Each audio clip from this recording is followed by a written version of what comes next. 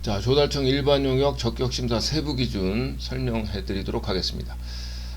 저는 입찰 강의를 12년째 진행하고 있는데요. 많은 입찰자들이 적격 심사를 읽어보지도 않고 또 내용을 잘 모르죠. 그래서 입찰을 보면서 손해보는 경우가 많은데, 제가 적격 심사 처음부터 끝까지 한번 읽어보면서 제 나름대로 해석을 좀 해드리도록 하겠습니다. 그의 일환으로 조달청 일반용역 적격심사 세부 기준을 먼저 시작을 하도록 하겠는데요. 제 개인적인 생각입니다만은 적격심사의 기준은 조달청 적격심사라고 생각합니다. 그래서 조달청 적격심사가 변경이 되면 다른 적격심사도 변경이 되는 경우가 많기 때문에 조달청 적격심사를 먼저 선정을 했고요. 이걸 처음부터 끝까지 한번 읽어보면서 제 나름대로 해석을 좀 붙여보도록 하겠습니다. 자, 우선 조달청 일반용역 적격심사, 저는 조달청 공고 제2022-42호 2022년 2월 10일 개정판을 보고 있는데요. 여기서 보시다시피 적격심사는 1년에 몇 차례씩 이렇게 변경되곤 합니다. 그럴 때 변경되는 것마다 저희가 강의는 할 수가 없고요. 저는 원리를 설명드리는데 중점을 주도록 하겠습니다. 그래서 여러분들이 원리를 이해하시면 변경되는 적격심사에 쉽게 대응하실 수 있고요.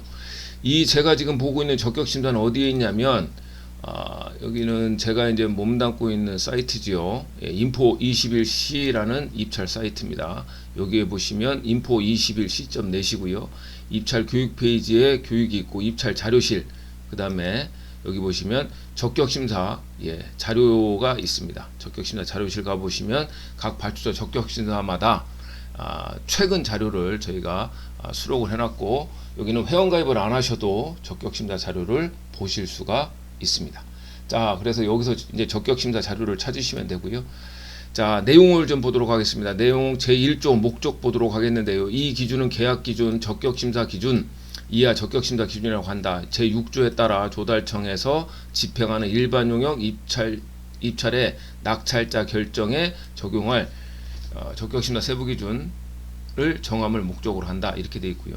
제2조 정의 보겠습니다. 2조 정의를 보시면 이 기준에서 사용하는 용어의 정의는 다음 각호와 같으며 각호 이외의 용어의 관련 법령의 정의에 따른다, 이렇게 되는데 잘 아시겠습니다만은 이거 읽을 때 조항호목이죠. 조항호목. 그래서 이렇게 이게 없으면은 호고요. 동그라미가 있으면 항입니다. 그래서 조항호목. 그래서 제2조 1호를 보시면 일반용역의 정의가 나오지요.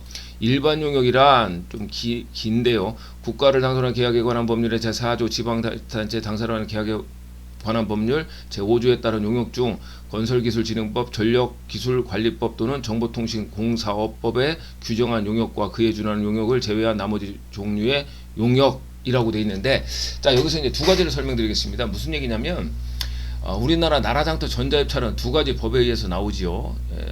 크게 국가개혁법과 지방개혁법입니다. 그래서 시간이 되면 제가 국가개혁법하고 지방개혁법도 이제 설명을 할 예정인데, 그것처럼 이렇게 두 가지 법에 의해서 업종을 정의해놨다, 이 얘기고요. 두 번째, 이 얘기가 무슨냐면, 용역은 크게 일반 용역과 기술 용역으로 나뉘죠. 일반 용역과 기술 용역으로 나뉩니다. 그래서 기술 용역은 설계, 감리, 엔지니어링을 뺀 나머지는 그것만, 설계, 감리, 엔지니어링만 기술 용역이라고 하고, 나머지는 다 일반 용역입니다. 그리고 참고적으로 일반 용역은 지자체마다 적격 심사가 다르죠. 물론 내용은 거의 대동소이합니다. 내용은 거의 대동소이한데 지자체마다 적격심사 기준이 다르다. 그래서 경기도 일반용역 적격심사 세부 기준이 따로 있고, 서울특별시 일반용역 적격심사 세부 기준이 따로 있습니다.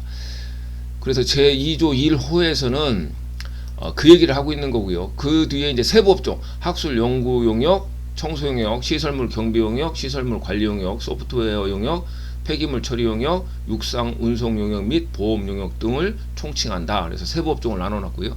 이제 설명을 하겠죠. 학술 연구 용역이 뭐냐? 학술 분야의 기초과학, 응용과학에 관한 연구 용역 및 이에 준하는 용역으로서 학술 연구 조사 검사 평가 개발 등 지적 활동을 통한 정부 정책이나 시책의 자문에 제공되는 용역을 말한다. 이렇게 돼 있고요. 시설 분야 용역은 이렇게 시설물 청소 용역, 시설물 경비 용역, 시설물 관리 용역과 더불어 방역 소각 부대 소각로 운영 관리 위탁 운영 지원 업무 및 보조 인력 파견 등 인건비 비중이 높은 행정 보조 관리 및 이에 준하는 용역을 말한다. 이렇게 되어 있는데 여기서는 이제 설명을 드리면 나라장터는 업종을 크게 7가지로 분류를 해놨습니다. 7가지 시설, 용역, 물품, 외자, 리스, 비축, 기타 이렇게 7가지로 했는데 외자, 리스, 비축, 기타 하시는 분은 거의 안 계시죠. 그래서 시설, 용역, 물품인데 제가 지금 무슨 설명을 드리냐면 용역의 시설 분야하고 나라장터 업종의 시설은 다른 겁니다. 그래서 나라장터 업종의 시설은 시설, 건설, 공사는 같은 업종이죠. 시설, 건설, 공사는 같은 업종이고 용역의 시설 분야라는 것은 이걸 그러니까 용역의 시설 분야는 시설물을 얘기하는 거예요. 시설물을 얘기하는 거고 나라장터의 시설은 건설 업종을 얘기한다.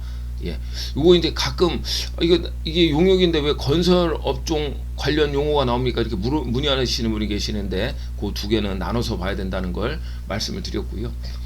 자, 이제 시설 분야는 세부적으로 또 이렇게 나뉘는데 그 나눈 거를 설명을 해놨지요. 시설물 청소 용역은 청소 용역입니다. 쉽게 말씀드리면 이제 청소 용역이고요.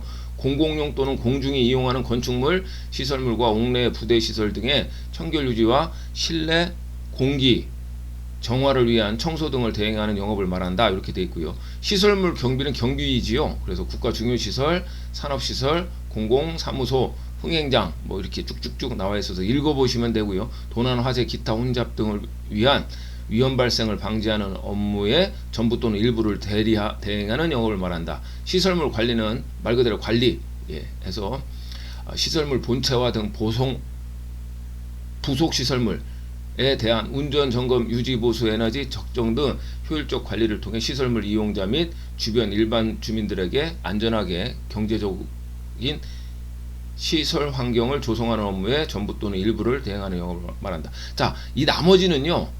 그 7호까지 보시면 뭐가 있냐면 4호는 소프트웨어 용역에 대한 이야기고요. 폐기물 처리, 폐기물 업체는 많죠. 그래서 쓰레기, 연소재 뭐 이렇게 돼 있는데 이렇게 이제 정의를 내려놓은 거예요.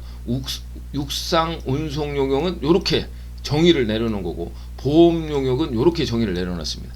이 부분은 제가 뒷부분을 읽지 않는 이유는 뭐냐면 이 부분은 입찰자, 저는 이제 그 전적으로 입찰자 입장에서 이제 강의를 하고 이야기를 할 겁니다. 입찰자는 이걸 잘 몰라도 되지요. 예. 이거를 이제 들고 나왔을 때는 언제냐면 항의할 때, 그러니까 다툼이 있을 때만 입찰자는 이 부분을 아마 보게 되실 겁니다. 왜 그러냐면 이 부분은 발주자 재무관이 이제 발주를 할 때 업종을 내가 어떤 걸 선택을 할 것이냐 이렇게 이제 골머리를 쓸 때 이제 쓰는 거고요.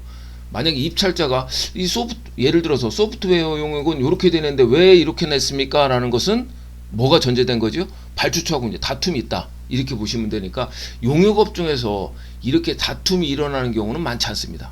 예. 그러니까 많다 적다가 뭐보다 많다 적다를 말씀드리냐면 건설업종에 비해서 말씀드리는 거예요. 건설업종은 이 다툼이 종종 일어나죠. 용역보다는 많이 일어납니다. 그런데 용역에서는 이게 다툼이 일어나는 경우가 많지 않기 때문에 제가 그냥 7호까지 보험 용역까지는 그냥 대략 이렇게 설명을 드렸고요. 자, 이제 전반부 일부가 되나요? 일부 설명을 마치고 자 2부에서 동등유사 용역부터 설명드리도록 하겠습니다.